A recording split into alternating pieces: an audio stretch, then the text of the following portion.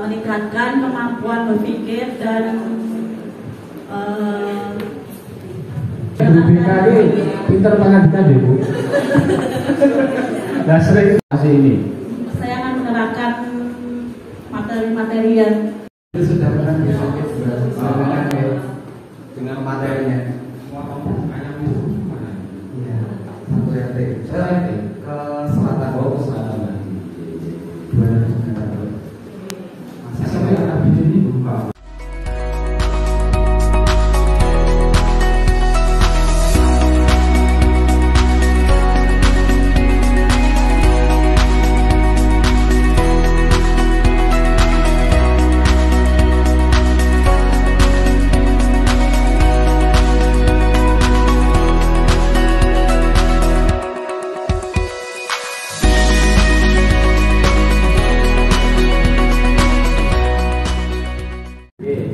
Misalnya nyanyi Indonesia Raya, kemudian kerjakan soal, nah itu kita juga siap dengan soal, terus kadang ada yang keliling lapangan gitu. Nah cuma permainannya nanti yang main hanya 1-2, cuma hukumannya nanti untuk bersama, jadi kelasnya dibagi 2 kelompok. Jadi itu kan mengasah otak juga untuk main dadu, misalnya 2 tambah yang muncul 4 berarti ke nomor 6 gitu kan.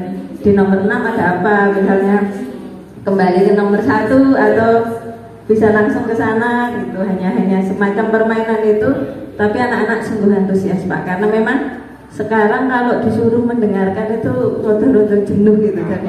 Dan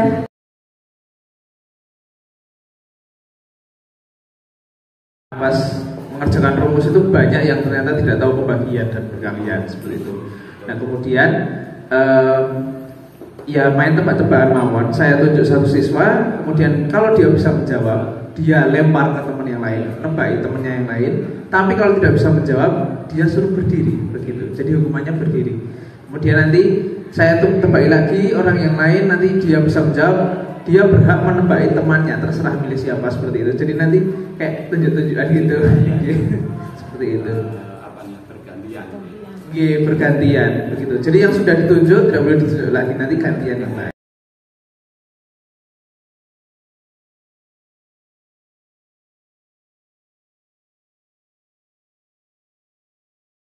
Lahannya, ketersediaannya berapa. Kemudian nanti ada juga laporan yang diminta oleh guru untuk proses pembuatannya, misalnya perbandingan pupuknya berapa, seperti itu. Kemudian bisa juga dilanjutkan mungkin nanti apabila memungkinkan, dalam P5 itu kan biasanya ada kayak penjualan gitu loh Pak, ada market day, ya market day gitu.